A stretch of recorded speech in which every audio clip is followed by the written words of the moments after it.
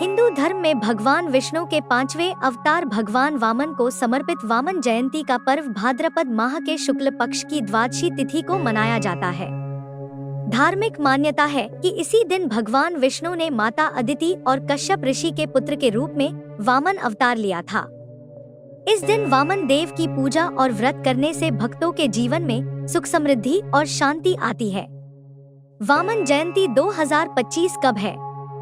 इस वर्ष वामन जयंती 4 सितंबर 2025 गुरुवार को मनाई जाएगी। यह पर्व भाद्रपद माह के शुक्ल पक्ष की द्वादशी तिथि के दिन आता है। वामन जयंती 2025 के शुभ मुहूर्त भाद्रपद शुक्ल द्वादशी तिथि का प्रारंभ 4 सितंबर 2025 को सुबह 4:21।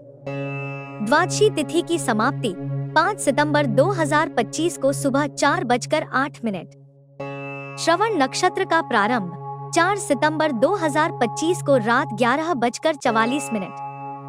श्रवण नक्षत्र की समाप्ति 5 सितंबर 2025 को रात 11:38।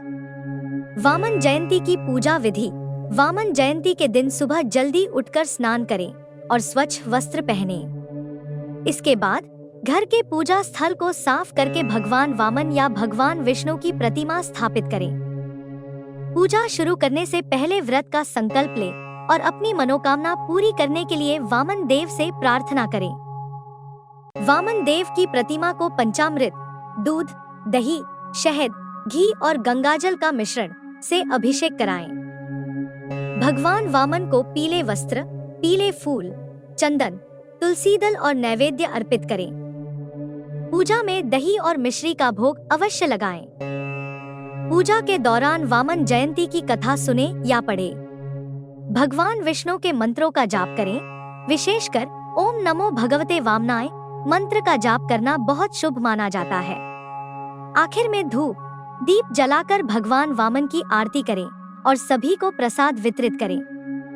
इस दिन पूजा के बाद चावल, दही और अन्य वस्तुओं का दान करना बहुत शुभ माना जाता है।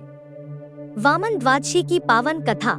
पौराणिक कथा के अनुसार एक समय अत्यंत बलशाली दैत्य राजा बलि ने अपनी शक्ति से स्वर्ग लोक, भूलोक और पाताल लोक पर अपना अधिकार कर लिया था। राजा बलि भगवान विष्णु के परम भक्त थे, लेकिन उन्हें अपनी शक्ति पर बहुत अहंकार हो गया था। उनके अत्याचारों से परेशान होकर इंद्रदेव और अन्य देवता भगवान विष्णु की शरण में गए और उनसे सहायता की विनती की। तब भगवान विष्णु ने देवताओं को बलि के अत्याचारों से मुक्ति दिलाने के लिए माता अदिति के गर्भ से वामन अवतार के रूप में जन्म लिया। वामन देव एक छोटे ब्राह्मण बालक के रूप में राजा बलि की सभा में पहुँचे, जहाँ राजा अश्वमेध यज्ञ कर रहे थे। वामन देव ने राजा बलि से भिक्षा के रूप में केवल 3 पग भूमि मांगी। राजा बलि एक दानवीर राजा थे, इसलिए उन्होंने सहजता से वामन देव की इच्छा पूरी करने का वचन दे दिया। वचन मिलते ही वामन देव ने अपना विराट रूप धारण किया और पहले पग से समस्त भूलोक को नाप लिया। दूसरे पग से उन्होंने स्वर्ग लोक को नाप लिया। जब वामन देव ने अपना तीसरा पग उठाने के लिए तैयार हुए, तब राजा बलि को यह ज्ञात हुआ कि यह स्वयं भगवान विष्णु है।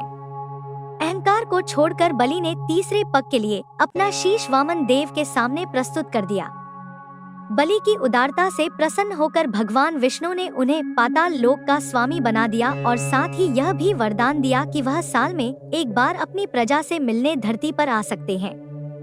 राजा बलि की धरती पर इस यात्रा को केरल में ओणम और अन्य भारतीय राज्यों में बलि प्रतिपदा के रूप में मनाया जाता है। वामन जयंती का धार्मिक महत्व। वामन जयंती का हिंदू धर्म में विशेष महत्व है। यह पर्व भगवान विष्णु के वामन अवतार की महिमा को दर्शाता है, जिसमें उन्होंने राजा बलि के अहंकार को समाप्त कर तीनों लोकों को देवताओं को वापस दिलाया। यह पर्व हमें सिखाता है कि अहंकार का अंत निश्चित है। राजा बलि को भगवान वामन ने अपनी लीला से यह ज्ञान दिया कि किसी भी शक्ति या संपत्ति पर घमंड नहीं करना चाहिए। वामन जयंती केवल एक धार्मिक अनुष्ठान नहीं, बल्कि यह जीवन में विनम्रता, धर्म और करुणा की महत्ता का संदेश देती है। भगवान वामन का यह अवतार दर्शाता है कि शक्ति और संपत्ति पर घमंड अंततः विनाश की ओर ले जाता है, जबकि दान, भक्ति और समर्पण का मार्ग ही सच्चे अर्थों में ईश्वर को प्रिय है।